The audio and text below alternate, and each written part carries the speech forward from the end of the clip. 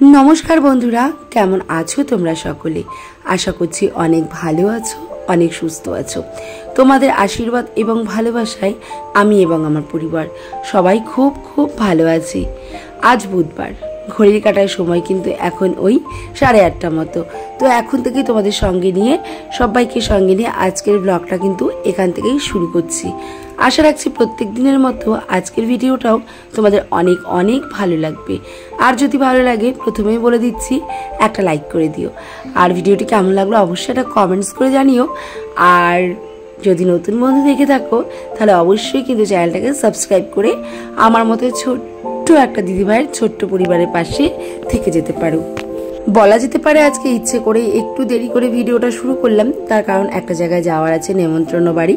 তো কোথায় যাব অবশ্যই তোমাদের জানাবো।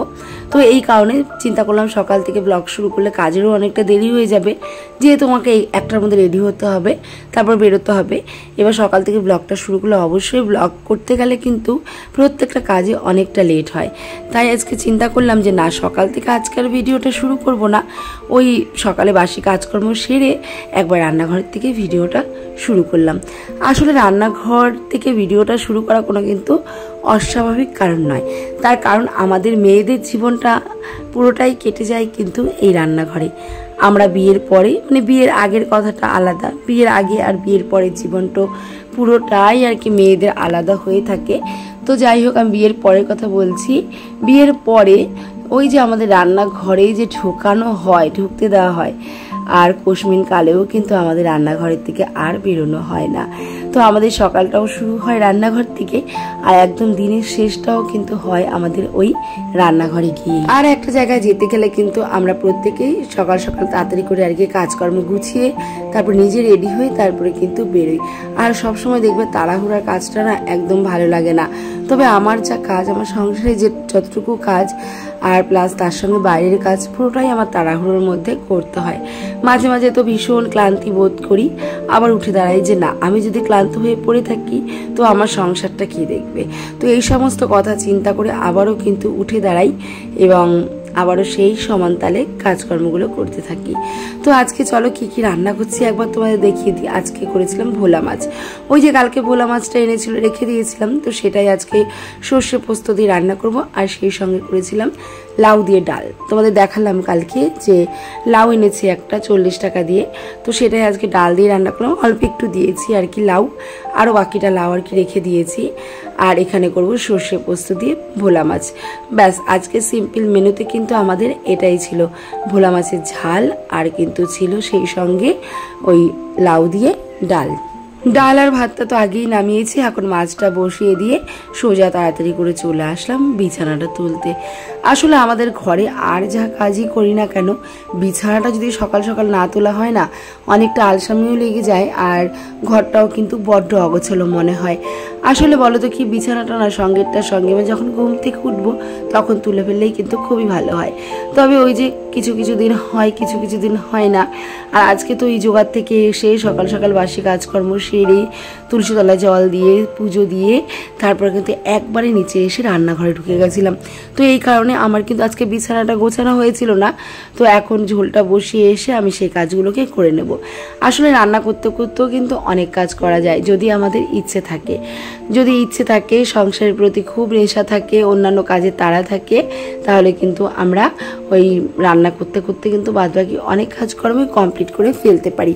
এতে করে কাজগুলো এগিয়ে যায়, এদিকে রান্নাটাও হয়ে যায়, আমাদেরই ভালো, সময়টাও অনেকটা বেঁচে যায়। আর পরবর্তীতে যতটা সময় বেঁচে যায় ততটা সময় কিন্তু নিজের প্রতি একটু হলেও দেওয়া যায়। তো যাই হোক, বিছানাটা তুলে নিলাম, তুলে এখন ঘরের যে টুকটাক ফার্নিচারগুলো প্রত্যেক দিন আমি যে কাজটা করে থাকি, অল্প অল্প ধুলো পড়ে। আসলে আমাদের তো রাস্তার ধারে বাড়ি, তো রাস্তার ধারে সারাদিন তো সাইকেল গাড়ি সব কিছু যেতেই আছে সব সময়। তো সেই যে ধুলোটা পুরোটাই কিন্তু আমাদের ঘরের উপর দিয়ে আসে। তো এই কারণে কিন্তু আমাকে ইচ্ছে না থাকলেও প্রত্যেক দিন কিন্তু টুকটাক ওপর থেকে ঝাড়াঝুড়ি কাজগুলো কিন্তু করতে হয়। আর এটা না করলে কিন্তু আস্তে আস্তে ধুলোর আস্তরণ পড়ে যায়, আর সেক্ষেত্রে ঘরটা কিন্তু অনেকটাই নোংরা লাগে। তো এই কারণে চেষ্টা করি সব সময় প্রত্যেক দিন একটু একটু করে হালকা হাতে ঘরটা গুছিয়ে রাখার, ঘর দুয়ার পরিষ্কার রাখার। আর পরিষ্কার কাজকর্ম একটা এমনই জিনিস যেটাকে তুমি অভ্যাস করে ফেলবে, অভ্যস্ত হয়ে যাবে, তখন দেখবে নোংরা কাজকর্ম তোমার আর একদমই ভালো লাগছে না। আসলে আমরা মানুষরা হচ্ছে অভ্যাসের দাস। আমরা নিজেদের যেমনভাবে অভ্যস্ত করব, আমরা কিন্তু ঠিক সেমনভাবেই চালিত হব। ঘরের কাজকর্ম করতে করতে এদিকে মাছের ঝোলটাও প্রায় হয়ে গিয়েছিল, প্রায় বলতে বলা ভুল হবে, মানে পুরোটাই হয়ে গেছিল। এখন দেখো মাছের তরকারিটাও নামিয়ে নিলাম।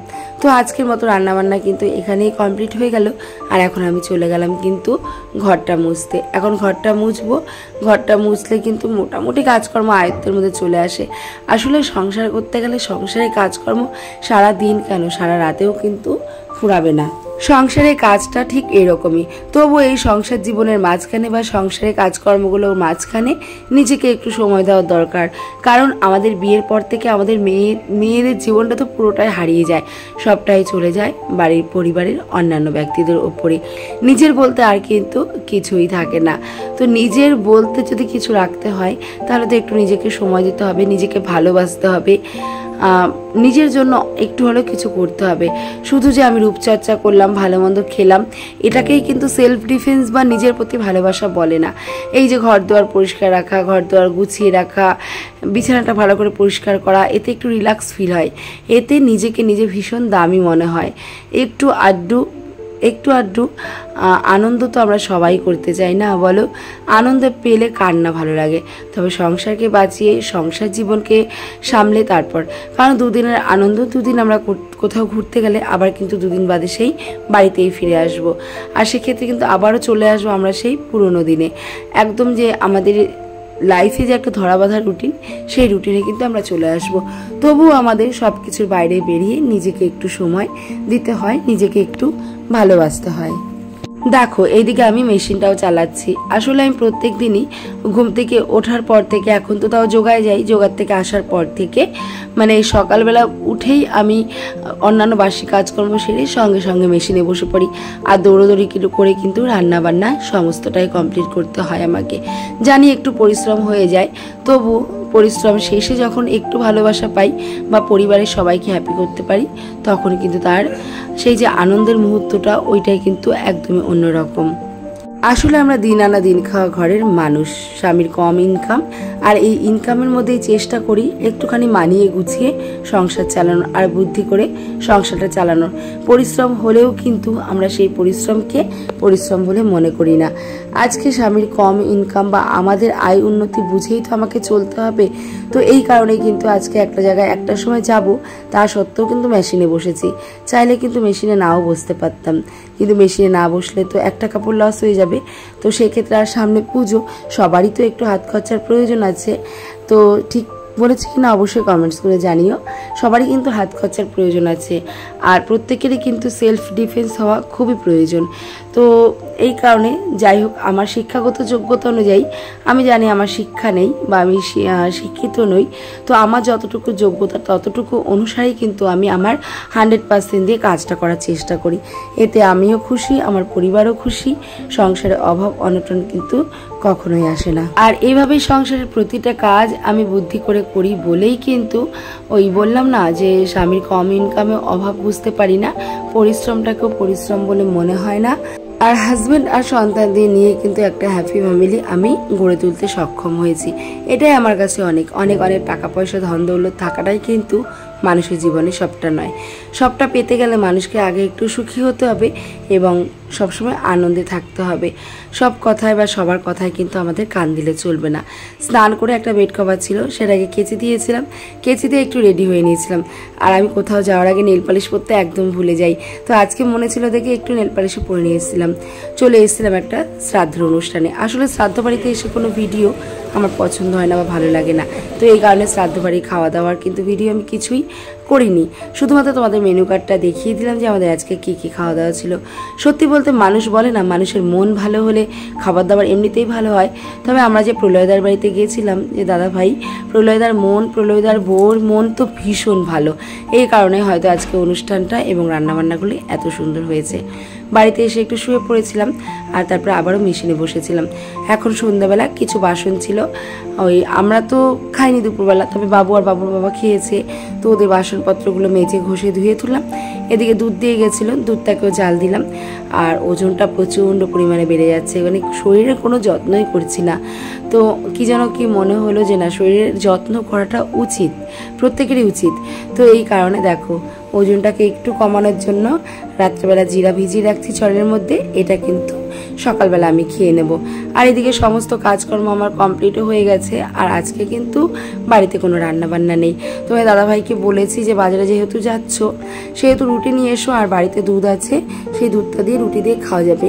কিন্তু তোমার দাদাভাই তরকা রুটি নিয়ে এসছে, দুধটা কেউই খায়নি, দুধটা পরে ফ্রিজে রেখে দিয়েছিলাম। যাই হোক, জিরা জলটা রেডি করে রাখলাম, ওটা কালকে সকালে খাবো। এখন রাত্রেবেলা ঘুমাতে যাব, তো এই কারণে বিছানাপত্র সমস্ত কিছু ঝেড়ে নিচ্ছি। আর ওদিকে জানালাটাও খোলা আছে। সত্যি বলতে আমার জানালাটা আজকে সন্ধ্যাবেলা দিতে একদমই মনে নেই। আর জানালা দিয়ে এখন প্রচণ্ড পরিমাণে যা মশা হয়েছে, খুব পরিমাণে মশা আসে। তো এই কারণে কিন্তু এখন সন্ধ্যা লাগার সঙ্গে সঙ্গেই কিন্তু আমি জানালাটা দিয়ে দিই। তবে ওই যে আজকে মনেই ছিল না আর জানালাটাও দেওয়া হয়েছিল না, তাই এখন দেখো সুন্দর করে জানালাটা দিয়ে পর্দাটাও টেনে দিলাম, যাতে কোনো রকম কোনো মশা ঘরে না ঢুকে। সত্যি আমাদের কত দিকে খেয়াল রাখতে হয়। মা দুর্গা যে দশভুজা এমনি এমনি নয়, আমাদেরও হয়তো দুটো হাতের বদলে 10টা হাত দিলে সংসারের কাজ যদি 10টা হাত দিয়েও করি তাও হয়তো ফুরাবে না। যাই হোক, আর কি বলবো, কিছু বলারও নেই, কারণ আমাদের প্রত্যেকটা মেয়ের জীবনের ঘটনা কিন্তু ঠিক একই রকম। দুপুরবেলা যে শ্রাদ্ধ বাড়িতে মানে অনুষ্ঠান বাড়িতে শাড়িটা পরে গেছিলাম, সেই শাড়িটা এখন ভাঁজ করে রাখছি। চলো তবে এখনকার মতো এখানেই, আসলে যত্নের দ্বারাই কিন্তু সব কিছু ভালো হয়। এখনকার মতো এখানেই, ভালো লাগলে like comment share and subscribe. আবারও বলছি, নতুন বন্ধু যদি হয়ে থাকো তাহলে অবশ্যই কিন্তু ভিডিওটি সম্পূর্ণ ওয়াচ করো এবং পাশে থেকো, এটুকুই চাইবো।